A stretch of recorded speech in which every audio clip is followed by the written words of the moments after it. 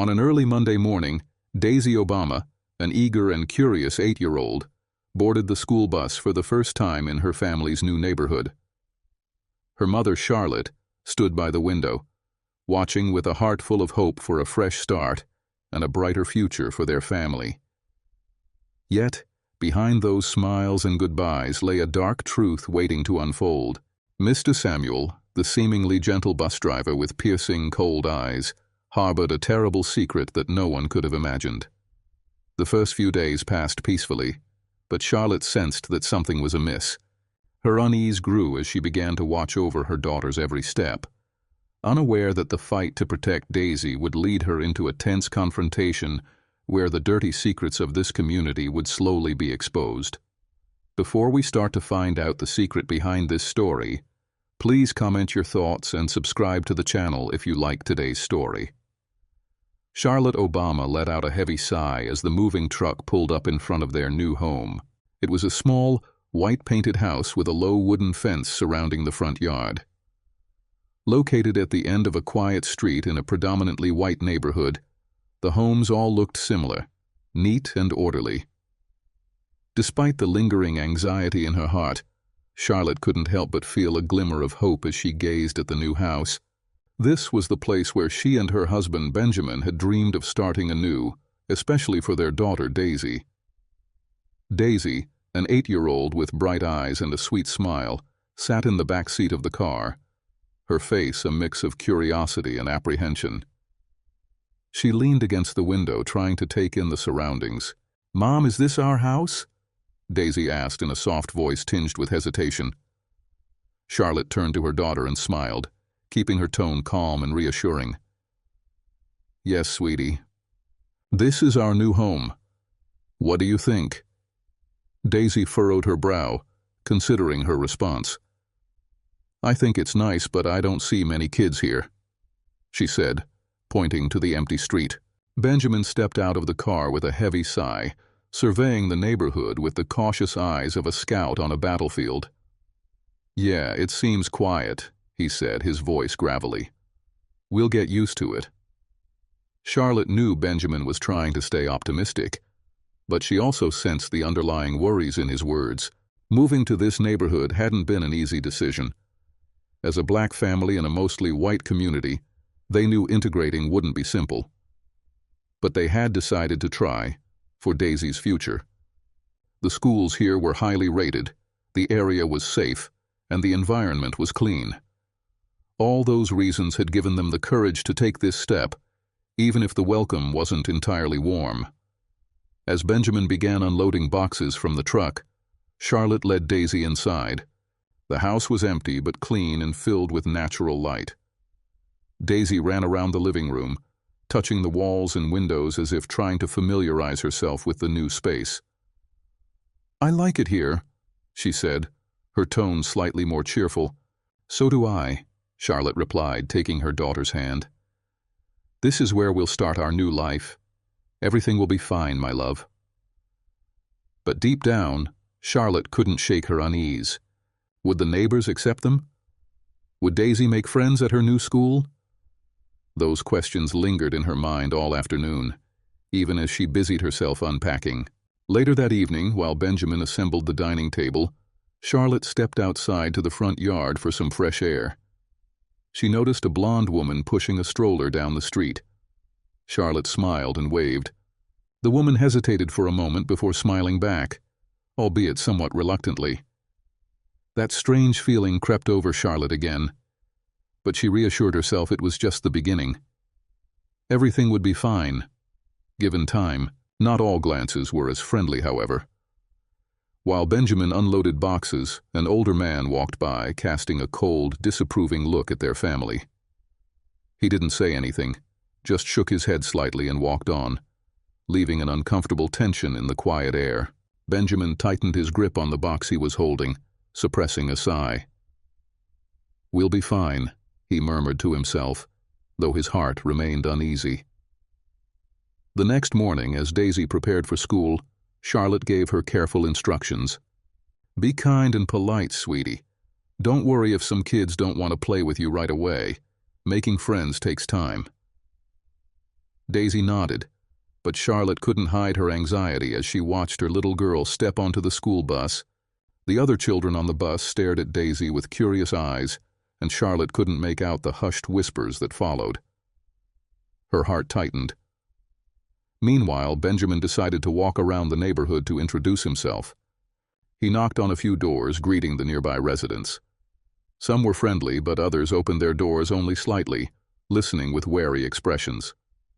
One middle-aged man even asked bluntly, "Are you sure you live here?" The question left Benjamin momentarily speechless. "Yes, we just moved in," he replied, trying to stay composed. That evening, as the family gathered for dinner, Daisy recounted her first day at school. "Some kids didn't want to sit with me," she said, her voice tinged with sadness. "They said I wasn't like them." Charlotte and Benjamin exchanged worried glances. "But there's a girl named Sarah.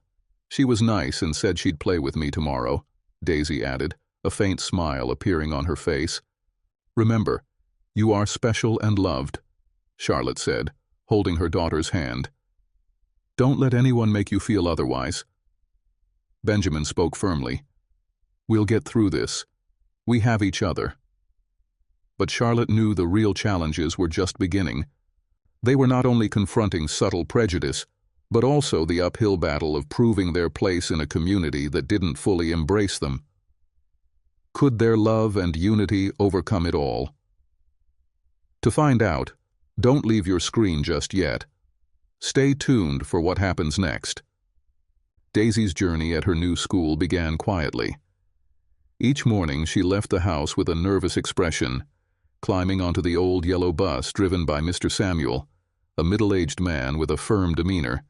Initially, Mr. Samuel seemed like a kind driver, greeting the children warmly and sharing light-hearted anecdotes about daily life. But over time, Daisy began to change. Her initial excitement about riding the bus faded, replaced by a tense expression and a reluctance to engage. Charlotte noticed the difference. At dinner, Daisy became unusually quiet, no longer sharing funny school stories as she once did. One evening, Charlotte walked into Daisy's room and found her sitting on the bed, clutching a teddy bear and staring blankly. Charlotte sat beside her, speaking softly. "Daisy, are you okay? Did something happen at school or on the bus?" Daisy turned away, her voice trembling. "It's nothing, Mom. It's just Mr. Samuel. He scares me." Charlotte was startled by her daughter's response. "Why does he scare you? Did he do something to make you feel that way?" Daisy lowered her head, clutching her teddy bear tightly. "I don't know, but he keeps looking at me strangely. And one time, when I was the last one on the bus, he—" Her sentence trailed off, but Charlotte could sense the unease in her daughter's voice. It filled her with overwhelming concern.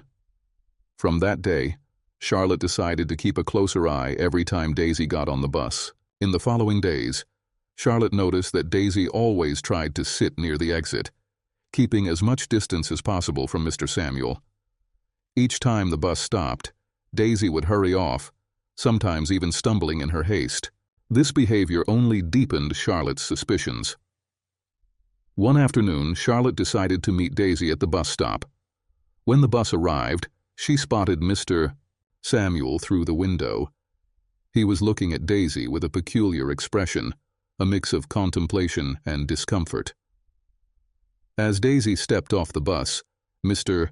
Samuel smiled, but the smile didn't put Charlotte at ease. It sent a shiver down her spine instead. At home, Charlotte approached her mother to discuss the situation. "Mom, I think Daisy isn't okay. She says Mr. Samuel scares her. I think we need to do something about it." Initially skeptical, Charlotte's mother listened more attentively after seeing her daughter's serious demeanor. She agreed to talk to Daisy. That evening, she sat down next to Daisy and gently asked, "Sweetheart, can you tell me why you're afraid of Mr. Samuel?" Daisy hesitated, but eventually admitted, "He often looks at me through the rearview mirror, and once, when I was the only one left on the bus, he said strange things. He told me I look a lot like his daughter, but the way he said it really scared me." Both Charlotte and her mother fell silent, the tension in Daisy's voice resonating deeply. They decided they couldn't let the matter go unchecked. The next day, Charlotte's mother called the school to report Mr. Samuel's behavior. The administration promised to investigate, but the story didn't end there. One morning, as Charlotte watched Daisy board the bus, she noticed Mr. Samuel glancing their way with an assessing look, as though he was aware the family was paying attention to him. Charlotte's unease grew stronger. She decided she couldn't remain passive. Charlotte began talking to Daisy's friends who rode the same bus. Some claimed they hadn't noticed anything unusual, but one girl named Julie admitted she occasionally felt uncomfortable under Mr. Samuel's watchful eyes. Julie's confession further fueled Charlotte's determination. This incident compelled Charlotte to take action. She couldn't let her daughter live in fear.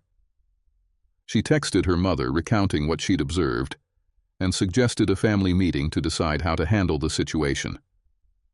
That evening, the family gathered to discuss. Charlotte's mother proposed asking the school to assign a different driver for Daisy, or finding a safer transportation option. However, Charlotte felt that wasn't enough. She wanted to uncover the truth about Mr. Samuel's behavior to ensure no other child endured what Daisy had. The next morning, Charlotte felt restless. After watching Daisy board the bus, she stood by the window, her mind racing with worry. Although the neighborhood was beautiful, quiet, and seemingly ideal for raising children, things weren't as perfect as they seemed, especially when it came to Mr. Samuel, the bus driver who filled Daisy with unease. Every time Daisy spoke about Mr. Samuel, her words carried an unmistakable fear. "Mom, Mr. Samuel is weird," Daisy had said the day before when Charlotte asked about her first day of school. "He keeps looking at me in a strange way. I don't like him." Those words echoed in Charlotte's mind, refusing to be dismissed. Charlotte wasn't one to succumb to baseless fears. She trusted her instincts, yet her apprehension about Mr. Samuel lingered. Though she lacked concrete evidence, her maternal intuition told her something wasn't right. Determined to observe him herself, Charlotte decided to follow the bus. After Daisy boarded, Charlotte hailed a taxi and kept a discreet distance, closely watching the vehicle. The bus traveled familiar routes, but Charlotte's unease grew with each passing moment. From afar, she observed Mr. Samuel's stoic expression, which seemed at odds with the friendly demeanor others had described. He frequently glanced at the rearview mirror, his gaze cold and emotionless. He didn't smile at the students or show any sign of warmth. Each stop was marked by a silent opening of the doors, devoid of interaction. Charlotte felt a chill run down her spine. She followed the bus until it reached the school, then quickly returned home, her mind swirling with unanswered questions. Why did Mr. Samuel behave this way? Why did everyone else defend him when she and Daisy felt such unease? Back in her home, Charlotte struggled to determine her next move. The isolation she felt from her community added to her frustration. Yet one thing was clear. She couldn't ignore her suspicions about Mr. Samuel. Despite the neighborhood's reassurances, Charlotte resolved to uncover the truth. Whether the entire community believed in Mr. Samuel's innocence or not, she couldn't disregard the fear her daughter and she herself experienced. Charlotte wouldn't rest until she got to the bottom of it, no matter how lonely or challenging the journey might be. One weekend, under a clear blue sky with a gentle breeze, Charlotte and Benjamin were tidying up their new home's yard. They had recently moved to this neighborhood and everything still felt quite fresh. Their 8-year-old daughter, Daisy, often played with the neighborhood kids, radiating innocence and joy, bringing a fresh sense of vibrancy to their family. Today, she was allowed to play longer with her friends after school. For Charlotte and Benjamin, this was a good sign. Daisy liked the area and was beginning to form new friendships, something they had hoped for. However, as the afternoon wore on, something unusual began to unfold. The clock on the living room wall was approaching 5 p.m., and Daisy had not returned home. Charlotte started to feel uneasy. She stood up and looked out the window where children were still playing in the yard, but Daisy was nowhere to be seen. Forcing a smile, she told herself that Daisy might just be staying a bit longer and would come home soon. But the anxiety lingered. She glanced at the clock again, feeling as though every second was stretching longer. Finally, unable to sit still any longer, Charlotte opened the door and stepped outside. "Daisy!" Charlotte called, her voice echoing in the quiet neighborhood. There was no response. Charlotte hurried from house to house, asking if anyone had seen Daisy. The neighbors shook their heads. No one had seen the little girl. Fear began to creep into Charlotte's heart. She rushed back home and called Benjamin, hoping he would have a reasonable explanation. "Benjamin, Daisy hasn't come home. I don't know what to do," Charlotte said, her voice trembling slightly. Benjamin immediately dropped everything and rushed home. Seeing the worry in his wife's eyes, he didn't need to ask any questions. Together they searched the entire neighborhood, asking everyone they could think of about Daisy's whereabouts. Panic consumed them as they searched relentlessly through the afternoon and into the evening.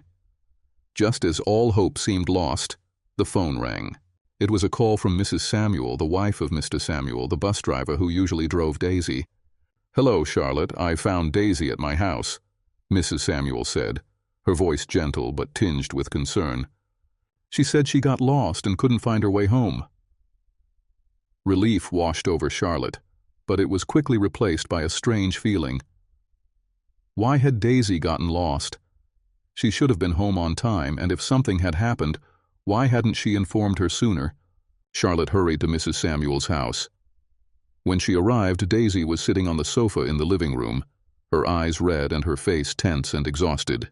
Charlotte looked at her daughter with concern, a surge of frustration building as she wondered why Daisy hadn't reached out to her earlier. "Daisy, are you okay?" Charlotte asked, her voice gentle yet tinged with tension. Daisy looked at her mother but seemed unable to tear her gaze away from Mrs. Samuel. Charlotte sensed something unusual in her daughter's behavior.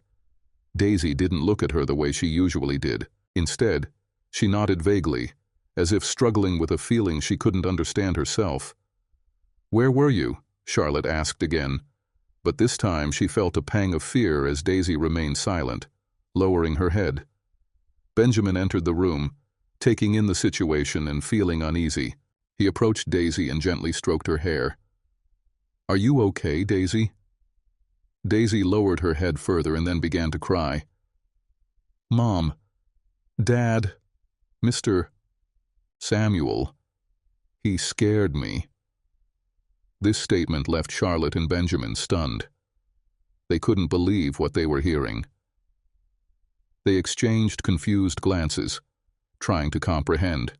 "Daisy, what do you mean, Mr. Samuel?" Charlotte asked, her voice trembling. Daisy sobbed, tears streaming down her face. He said bad things to me. He told me I don't belong here, because of my skin color. He said I'd never be accepted here. He said if I told anyone I'd never get on the bus again." Charlotte and Benjamin were shocked, their emotions oscillating between anger and heartbreak. They couldn't believe that someone they had trusted, someone they had entrusted with their daughter's safety, could treat her this way, let alone use racism to hurt her. "Did Mr. Samuel do anything else to you?" Charlotte asked, her voice catching as she tried to keep her composure. Daisy stayed silent, her eyes filled with fear and sorrow. She seemed too frightened to share more, and Charlotte realized her daughter might be too traumatized to recount everything.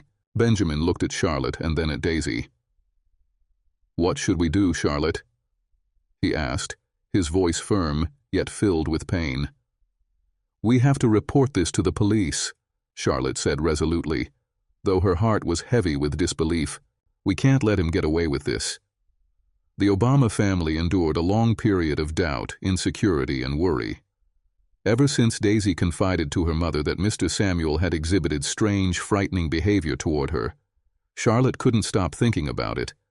She felt a piercing pain in her heart, unable to fathom how an adult, a person she had once trusted, could act that way toward her child. The so-called safety of their neighborhood now seemed fragile, like thin ice on the verge of breaking.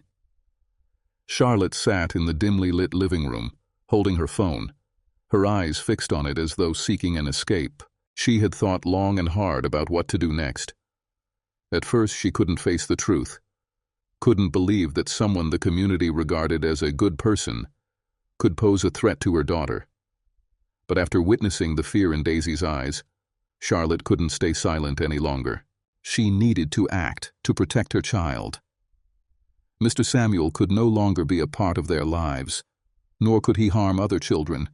Her husband, Benjamin, had silently observed the tension in their home, sensing the unease in the air. While he didn't want to escalate matters, his heart was heavy. He couldn't allow his daughter to live in fear any longer. One night after Daisy had gone to bed, he and Charlotte sat down together and decided it was time to call the police. They couldn't keep living in the shadows of doubt. They had to speak the truth. Charlotte was the first to pick up the phone. Her hands trembled, but she didn't stop. "Police, I need to report a serious matter," she said, her voice almost choking. "Mr. Samuel, the bus driver, has been inappropriate with my daughter. I need this investigated." The police took her call and asked her to provide details, but Charlotte immediately sensed skepticism from the other end of the line. They requested that she come to the station with specific evidence. "We need clear proof," a cold voice said over the phone. "Without evidence, we can't proceed with an investigation." Charlotte felt cornered, trapped in a situation with no way out. She could hear the doubt in the officer's voice. They didn't believe her. The police didn't understand the pain and fear she and Daisy had endured. But Charlotte knew she couldn't give up. She turned to Benjamin, and together they decided to go to the police station. Not just to report the incident, but to make it clear they wouldn't back down. At the station, Charlotte and Benjamin waited for hours before meeting an investigator. Unease and anxiety filled the air. The officers looked at them with suspicion, as though they were unreliable or untrustworthy. Despite explaining the situation thoroughly, the police insisted on more concrete evidence. "We can't do anything without proof," one officer said. "A child's statement alone isn't enough." Charlotte felt her hope fading away. She looked at Benjamin and saw a determined glimmer in his eyes.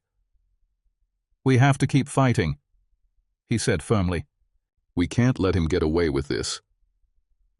After a moment of silence, Charlotte began recounting the incidents where Mr. Samuel had frightened Daisy. She described the expressions on her daughter's face when Daisy drew pictures of him and the unmistakable fear in her eyes when talking about his actions.